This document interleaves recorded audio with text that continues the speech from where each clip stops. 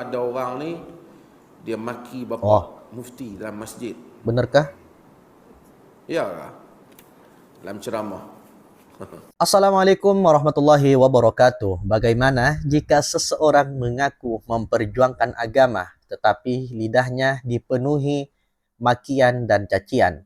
Adakah itu benar-benar mencerminkan akhlak Islam? Dalam video kali ini, Dr. Maza berkongsi peringatan yang sangat mendalam tentang adab, keikhlasan, dan bahaya memaki sesama manusia. Pastikan Anda tonton hingga akhir kerana mesej ini boleh menjadi muhasabah buat kita semua. Jom kita simak penjelasan Dr. Maza dari sekarang.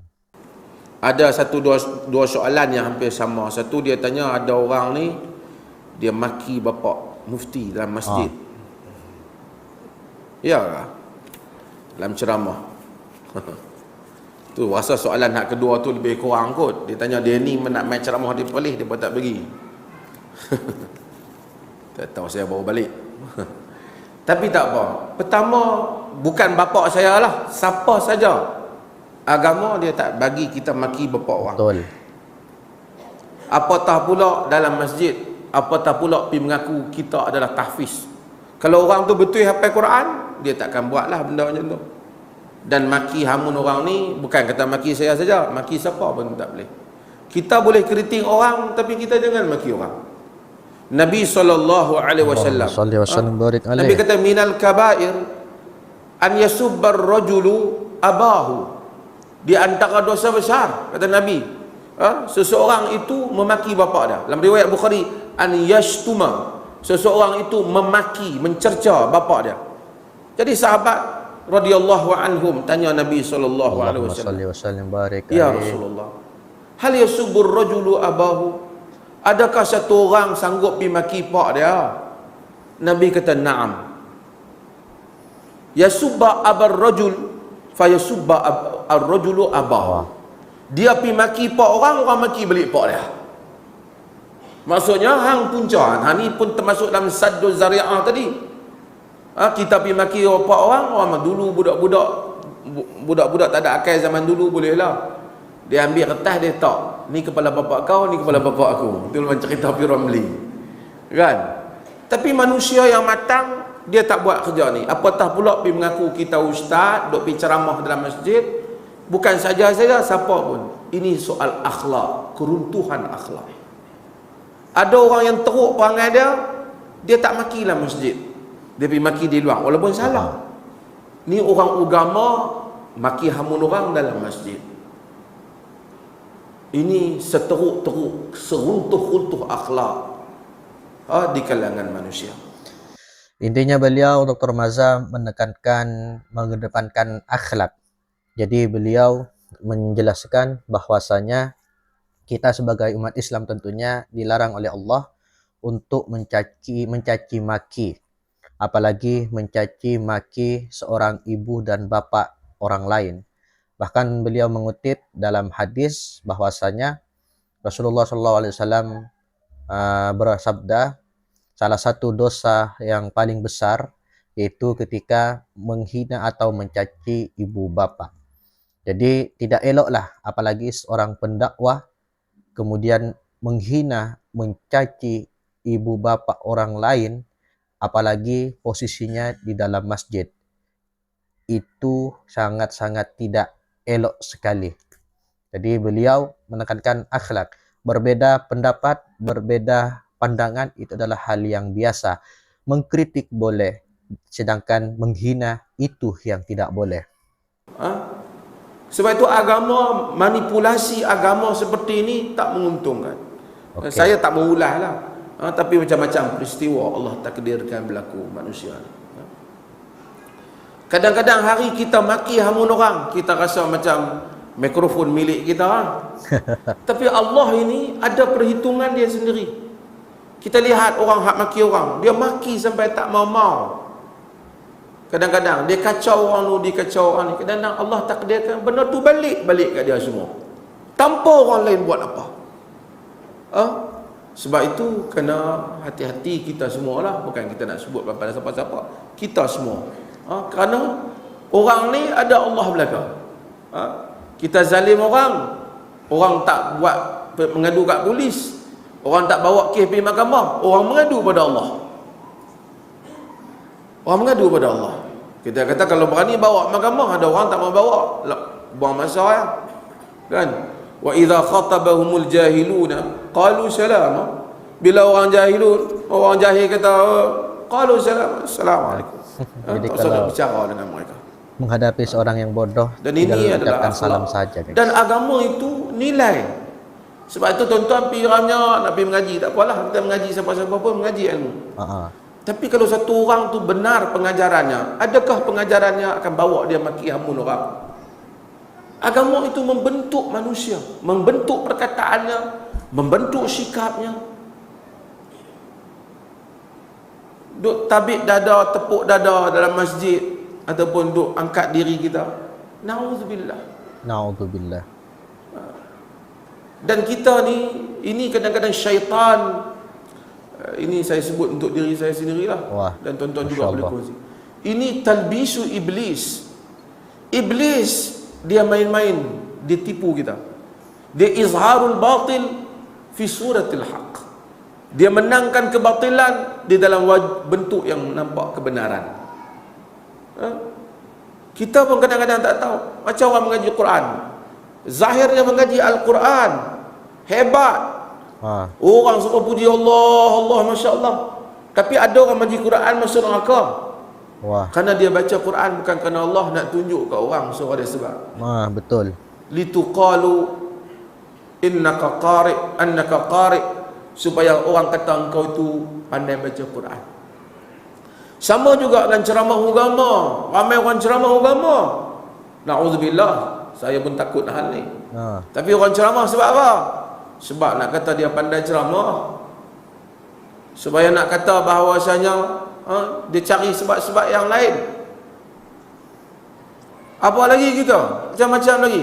Kadang-kadang orang pensyarah bahagian pengajian Islam, buat kerja dakwah, ada orang balik kepada Allah haba'an mansura, sia-sia amalan dia, Tuhan tak terima. Sebab itu kita sebut pagi-pagi lagi kita Assalamualaikum warahmatullahi, Assalamualaikum warahmatullahi, Astaghfirullah, Astaghfirullah, Astaghfirullah, Allahumma antas salam minkas salam, tabarakta ya dzal jalali wal ikram. Boleh kita baca. Antara yang awal kita baca apa dah?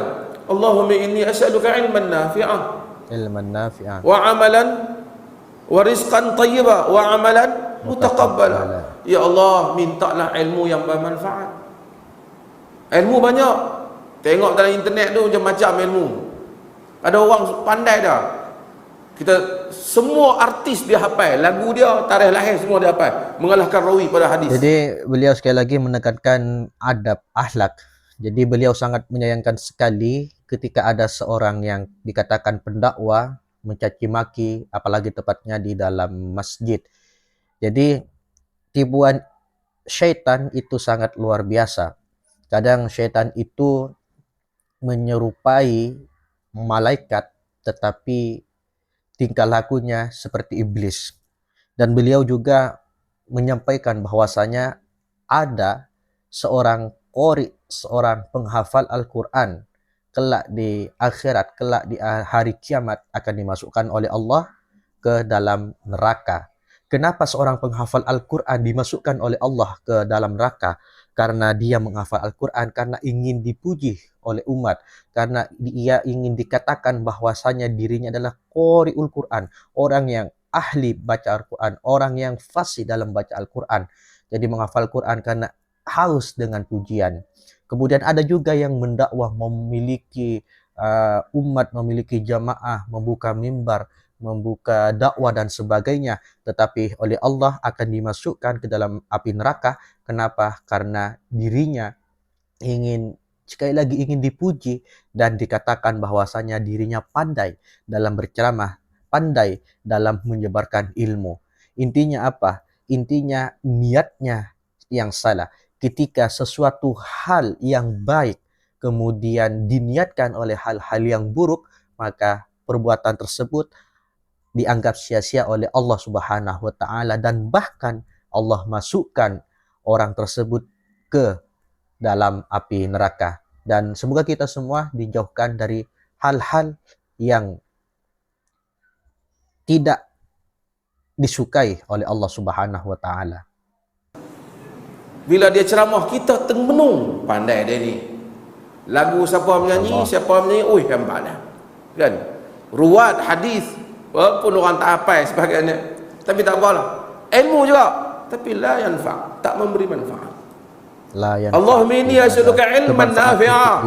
Ya Allah, aku minta ilmu yang manfaat. Wa rizqan thayyiba, minta rezeki yang baik. Wa amalan mutaqabbala, amalan yang diterima. Pasal ulama agama ni nampak agama. Nampak saya ceramah agama, tuan-tuan kata baguslah mufti tu ceramah. Mungkin saya nak menunjuk ya kat tuan-tuan. Betul. Mungkin saja mai ya. Tak kira dia kata dah kerja mufti tak main kuliah pula. Allah saja yang tahu keikhlasan hamba-hambanya. Tahu keikhlasan. Sebab tu saya suruh sebut Muhammad bin Munkadir. Saleh, kata Imam Malik, kalau kami jumpa Muhammad bin Munkadir, kami rasa rendah diri kami dibandingkan amalannya. Kata Muhammad bin Munkadir, kabattu nafsi 40 sanah hatta istaqamat. Aku menentang, berlawan dengan diriku sendiri 40 tahun sehingga dia beristiqamah. 40 tahun. So kita lawan diri kita sendiri. Bangun pagi zikir, bangun malam zikir. Bila kita rasa kita ni, kita sebut Allahu Akbar banyak-banyak, kita sentiasa awab, sentiasa koreksi diri kita. Orang bukan tahu, Allah saja tahu. Bila kita main kuliah, yang kuliah ni mengajak ibadat dua benda. Ikhlas pada Allah, buat cara Nabi SAW. Bahagian cara Nabi tu kita duk ajaklah baca hadis Nabi. Yang ni ramai orang tahu kalau kita ajak. Tapi bahagian yang semua orang tak tahu, bahagian pertama, ikhlas pada Allah. Allah saja tahu. Kita duduk dalam mari masjid ramai-ramai, ada orang mari masjid pasal nak komplain tu imam. Ada orang mari masjid pasal nak sembahyang. Ada orang mari masjid macam-macam sebab. Ada orang mari masjid pasal nak jadi jawatan kuasa. Macam-macam. Nampak main masjid, duduk saf yang sama, tapi pahala di sisi Tuhan tidak sama. Bismillahirrahmanirrahim. Dalam perkongsian kali ini, Dr. Mazhab mengingatkan kita tentang satu perkara yang semakin membimbangkan dalam masyarakat, yaitu budaya memaki hamun atas nama Allah. Beliau menegaskan bahawa walau apapun perbezaan pandangan, Islam sama sekali tidak menghalalkan seseorang mencerca, menghina atau memaki orang lain, apatah lagi ibu bapa mereka. Lebih-lebih lagi jika perkara itu berlaku di dalam masjid.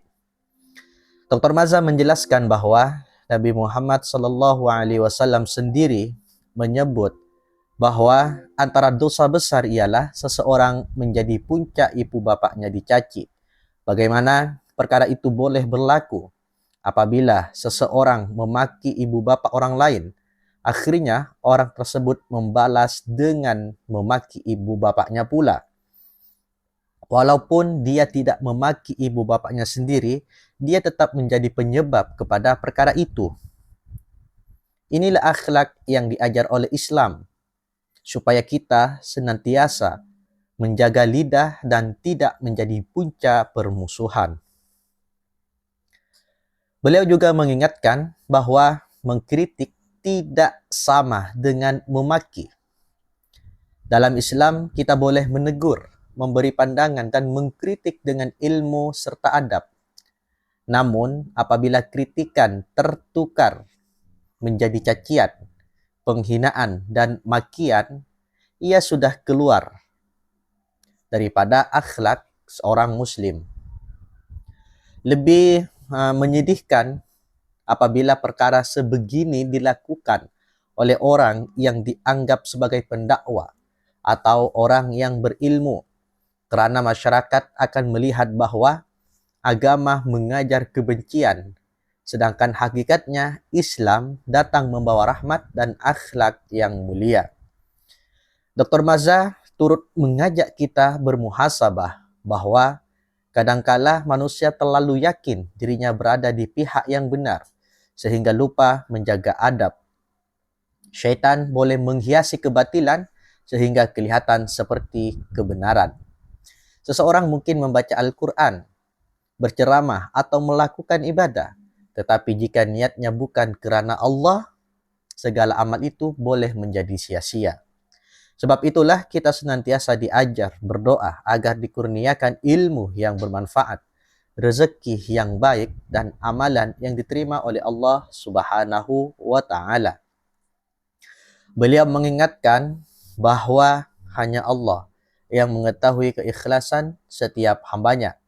Manusia mungkin memuji seseorang kerana kepandaiannya berceramah atau beribadah, tetapi hakikat sebenar hanya diketahui oleh Allah. Oleh karena itu, setiap daripada kita perlu senantiasa memperbaiki niat dan tidak merasa diri lebih baik daripada orang lain. Dr. Maza juga menekankan bahawa apabila dizalimi, tidak semestinya seseorang akan membawa perkara itu ke mahkamah atau membuat laporan kepada pihak berkuasa. Ada kalanya mereka hanya mengadu kepada Allah. Dan apabila seseorang mengadu kepada Allah, tiada siapa yang mampu menghalang keadilannya. Sebab itulah, kita perlu berhati-hati dalam setiap perkataan dan tindakan kerana setiap kezaliman pasti akan dihisap kelak di hari kiamat. Akhir sekali, beliau mengingatkan bahawa segala perselisihan, pertengkaran dan tuduh-menuduh di dunia ini akan diputuskan oleh Allah Subhanahu wa taala pada hari kiamat tentunya.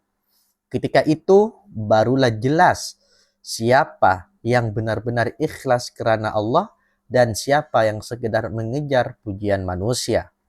Tugas kita hari ini ialah memperbaiki diri, menjaga adab, menjaga lidah, dan bersabar menghadapi kata-kata manusia sebagaimana yang diajar oleh Al-Quran.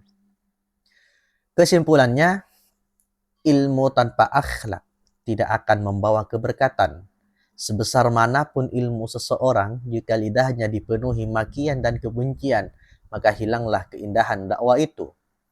Marilah kita jadikan adab keikhlasan dan kesabaran sebagai asas dalam setiap perbezaan pendapat, agar Islam terus dipandang sebagai agama yang membawa rahmat kepada seluruh alam.